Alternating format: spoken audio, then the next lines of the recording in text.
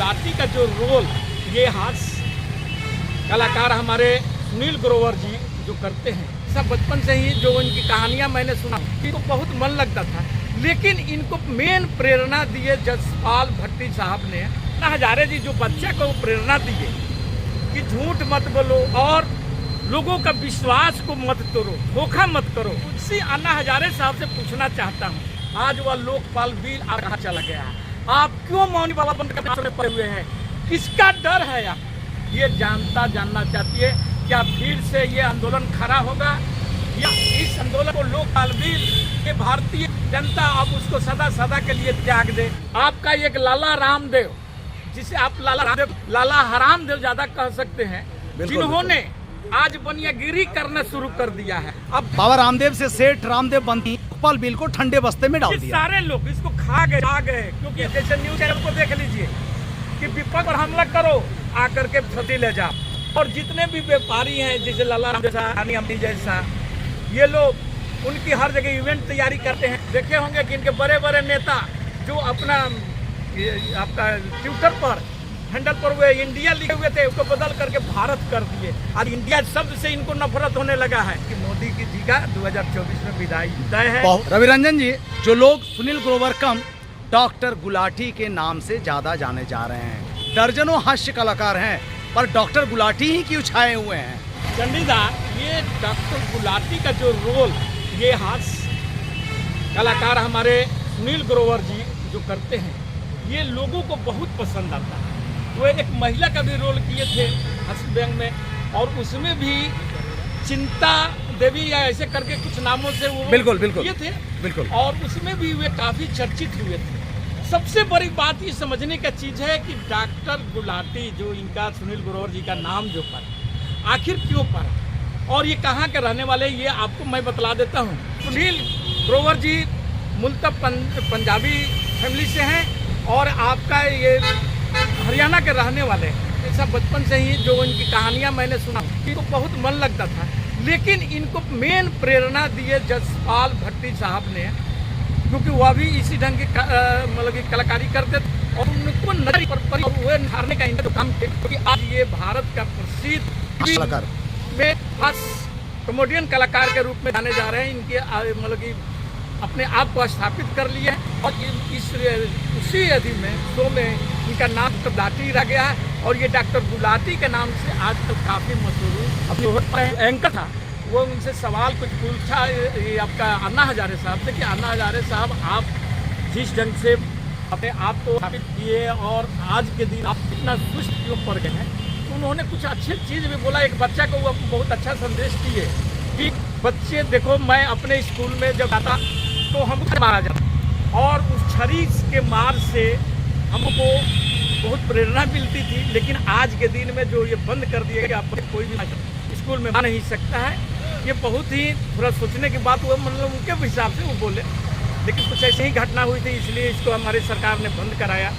बात हम ये बोलना चाह रहे हैं कि ये अन्ना हजारे जी जो बच्चा को प्रेरणा दिए कि झूठ मत बोलो और लोगों का विश्वास को मत तोड़ो, धोखा मत करो।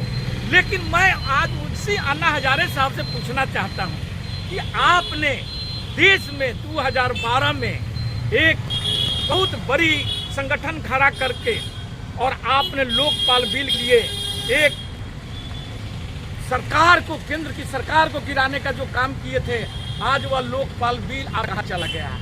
आप क्यों मौनी बाबा बनकर पड़े हुए हैं? किसका डर है? आपने एक आवाज भी आज 10 साल के बीच में जब से सत्ता परिवर्तन हुआ, एक बार भी आपने आवाज नहीं उठाया कि ये लोकपाल आना चाहिए या नहीं आना चाहिए। क्या मिला आपको? क्या आप भी एक रिश्वतखोर बन चुके हैं? रिश्वत खा लिए, जैसे आज के दिन में लोगों को रिश्वत खिला करके पार्टी में लाया जा रहा है, किसी को मंत्री पद दिया जा रहा है, किसी को पैसे से डराया जा रहा है, किसी को ईडी सीबीआई के द्वारा डरा करके। आपके पास ऐसा कौन सा डर भेजा गया जिसके चलते आप लोकपाल बिल से इतना, जिस लोकपाल बिल के लिए आप पूरे देश में एक आंदोलन खड़ा कर दिए थे, आज वो हमारा लोकपाल बिल कहाँ है? जानता ये पूछना चाहती है हजारे साहब। हजारे साहब के भी बारे में एक बहुत ही सुनता हूँ। हजारे साहब का, अन्ना हजारे का अन्ना नाम क्यों पड़ा? इनका घर का नाम कृष्ण मुरारी हजरे नाम था, लेकिन ये वहाँ महाराष्ट्र में ऐसा सिस्टम है कि जब सबसे बड़ा भाई होता है उसको अन्ना बोला जाता है। ये साउथ में भी आप देखते होंगे कि साउथ में भी बिल्कुल अन्ना बोला जाता है। और ये अपने भाई में सबसे बड़े थे, वहीं से इन भर में लोग अन्ना अन्ना बोलने लगे, मोहल्ला बोलने लगा, गांव बोलने के बाद शहर बोलने लगे, शहर बोलने के बाद 2012 में आंदोलन में जब आए तो पूरा देश के लिए अन्ना हजारे बन गए। अन्ना हजारे बन गए।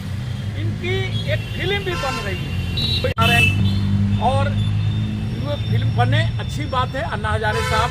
लेकिन हमारे कहने का मतलब है कि अन्ना हजारे साहब आज जो उस समय 12 में तो इनको गांधी के रूप में देखा गया, लेकिन आज ये अपनी नकली गांधी का रूप धारण कर करके और वो बैठ गए हैं।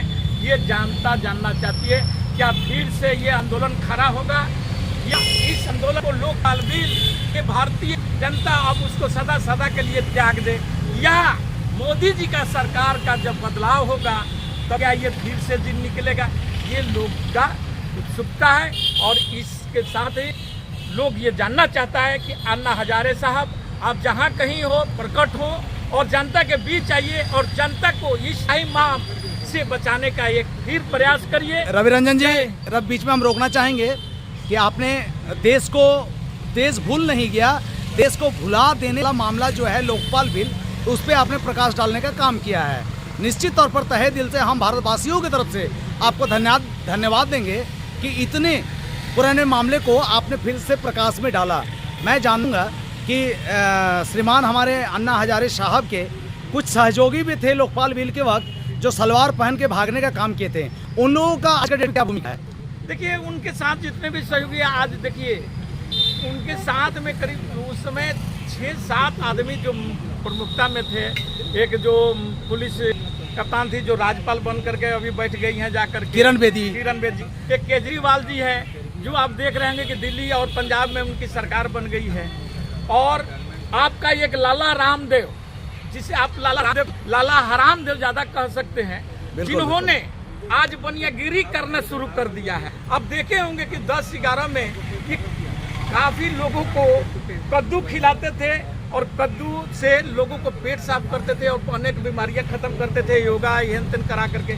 लेकिन आज वे अपनी एक फैक्ट्री कर लिए, हजारों करोड़ रुपया की संपत्ति यही केंद्र सरकार से गिफ्ट लेकर के आपका ये हरिद्वार में और वहाँ पर अपना ये इंस्टीट्यूट स्थापित किए हैं। और उनकी घी का जो बतलाया जाता है, मैंने आप क्या कहना चाहेंगे, ये जोग राजा है? हाँ, सेठ ये बन गए हैं। मेरा कहने का यही मतलब है कि ये बाबा वाबा कुछ नहीं थे, ये सब पैसा कमाने के षड्यंत्र रचा लोग और लोगों को, देशवासियों को मूर्ख बनाने का काम किया लोग और उसमें को ठगने का काम किया गया और एक चलती हुई सरकार को बदनाम करने का काम किया लोग। और बदनाम करने के बाद में जब ये लोग सत्ता परिवर्तन करा दिए तो उस सत्ता से ये लाखों करोड़ रुपया का वहाँ पर फायदा उठा रहे हैं और आज के दिन में भारत का एक अच्छे सेठ बन करके उभरे हुए हैं। और हमको लगता है कि देश में 5वां या 6वां सेठ बन चुके हैं लाला रामदेव। आप बाबा बोल सकते हैं, मैंने सीधे शब्दों में अपना व्यापार जमा लिए। बाबा रामदेव, सेठ रामदेव, लाला रामदेव हैं। बाबा रामदेव से सेठ रामदेव बनती लोकपाल बिल को ठंडे बस्ते में डाल दिया। सारे लोग इसको खा गए क्योंकि अब सरकार, देखिए सरकार उन्हीं को बनती है। जैसे न्यूज चैनल को देख लीजिए कि विपक्ष पर हमला करो, आकर के छुट्टी ले जाओ। और जितने भी व्यापारी हैं जैसे लाला राम जैसा, रानी अम्मी जैसा, ये लोग उनकी हर जगह इवेंट तैयारी करते हैं वहाँ और इनको उसके बदले में इनको बेनिफिट दिया जा रहा है। सरकी जो फिट आप जान नहीं रहे। बिल्कुल बिल्कुल, हाँ। भारत की जनता समझ चुकी है विषय वस्तु को। अब यही जनता समझ गई है। और जो हम देश में ये विपक्ष का एक नया जो संगठन खड़ा हुआ है इंडिया, शायद इंडिया इसीलिए नाम रखा गया है। और यही इनसे भी अब ये वाले लोगों को बहुत ज़्यादा यदि प्रॉब्लम होने लगा है। देखे होंगे कि इनके बड़े बड़े नेता जो अपना आपका ट्विटर पर हैंडल पर हुए इंडिया लिखे हुए थे उसको बदल करके भारत कर दिए। ये लोग किसी का नहीं है, ना भारतवासी का है, ना ये इंडिया के हैं और नहीं ये हिंदू का है, ये किसी समाज के नहीं है। कि इनको जहाँ पर भी अपनी छवि खत्म होती दिखाई देगी, वो चाहे से छवि खराब सफर करके आज इंडिया शब्द से इनको नफरत होने लगा है। जो हमारे देश का एक अच्छे मान लीजिए कि पार्टी कोई नाम ही रखता है, ऐसे ही जो हमारे संविधान में उस नाम को नहीं रखा गया, इसका अलग नाम ही है। इंडिया नाम जो रखा गया है, इसका नाम रखा गया है इंडियन नेशनल डेवलपमेंटल एलायंस नाम रखा है। लेकिन उससे भी प्रॉब्लम रहा है, वो नाम रखने पर इंडिया आ जाता है, लेकिन जनता 2024 में देखिए क्या करती है। जनता जरूर निर्णय सुना है कि और तो लगता है कि मोदी की जी का 2024 में विदाई तय है। बहुत बहुत धन्यवाद रवि रंजन जी। इन भ्रष्टाचारियों के जो मुखिया हैं, जो देश में अभी डंके के चोट पर राज कर रहे हैं, निश्चित तौर पर 2024 में जनता मुंहतोड़ जवाब देने का काम करेगी। धन्यवाद। जय हिंद।